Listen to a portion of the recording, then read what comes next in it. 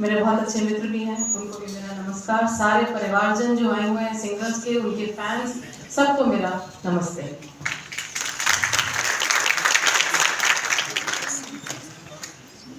संगीत मुझे मेरी माँ मेरी पहली गुरु थी और वो हमेशा कहती है संगीत शायद इस दुनिया की चीज़ नहीं है। संगीत एक ऐसे जो गा सकता है और जो सुन सकता है, दोनों को ही उतना आनंद आता है। ये मुश्किल है कहना कि गाने वाले को ज़्यादा मज़ा आ रहा है या सुनने वाले को ज़्यादा मज़ा आ रहा है। और ये एक ऐसी विधा है जो जिंदगी के हर रंग में, भक्ति भाव हो तो, प्रेम हो तो, दुख हो तो, किसी भी अवसर पर, किसी भी, जिस तरह फूल हर अवसर पर अपनी खुशबू बिखेरते हैं, तो ये सातों सुर ये अपना एक जादू ऐसा बिखेरते हैं कि चाहे वो भारतीय हो और भारत के किसी भी कोने का हो, चाहे वो भारतीय ना हो करके विदेश का हो, चाहे किसी भी, सिर्फ वही सात सुर, उन सात सुरों से क्या क्या बन सकता है, क्या क्या हो सकता है, संगीत इस जादू का नाम है।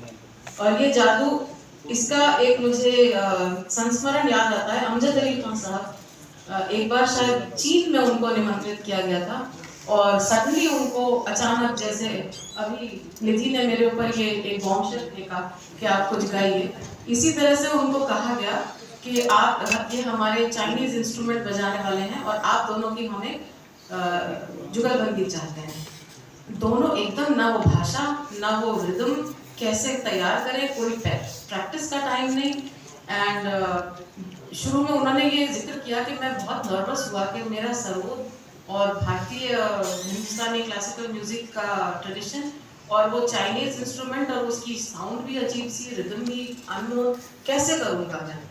And then he thought to himself, he said, मैंने अपने गुरुओं का, अपने उस्तादों का स्मरण किया, उनको याद किया और कहा, आठवां सुर तो बजा नहीं सकता है, उन्हीं सातों सुर में से ही तो कुछ बजाया, जो सुर बजाएगा उसको मैं फॉलो करूंगा, उसके साथ कुछ मिलता जुलता मैं बजा लूंगा। एंड ही सेड, वो इतना जमा, इतना इम्प्रॉम्प्टू उन्होंने ये किया।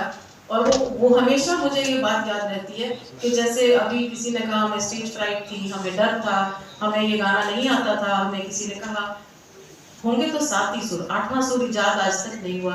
दुनिया चांद पे पहुंच गई और कहां कहां पहुंच गई, मगर आठवां सुर आज तक इजाद नहीं हुआ। यही सात सुर हैं, इन्हीं की श्रुतियां हैं जिन पर सारा संगीत आधारित है।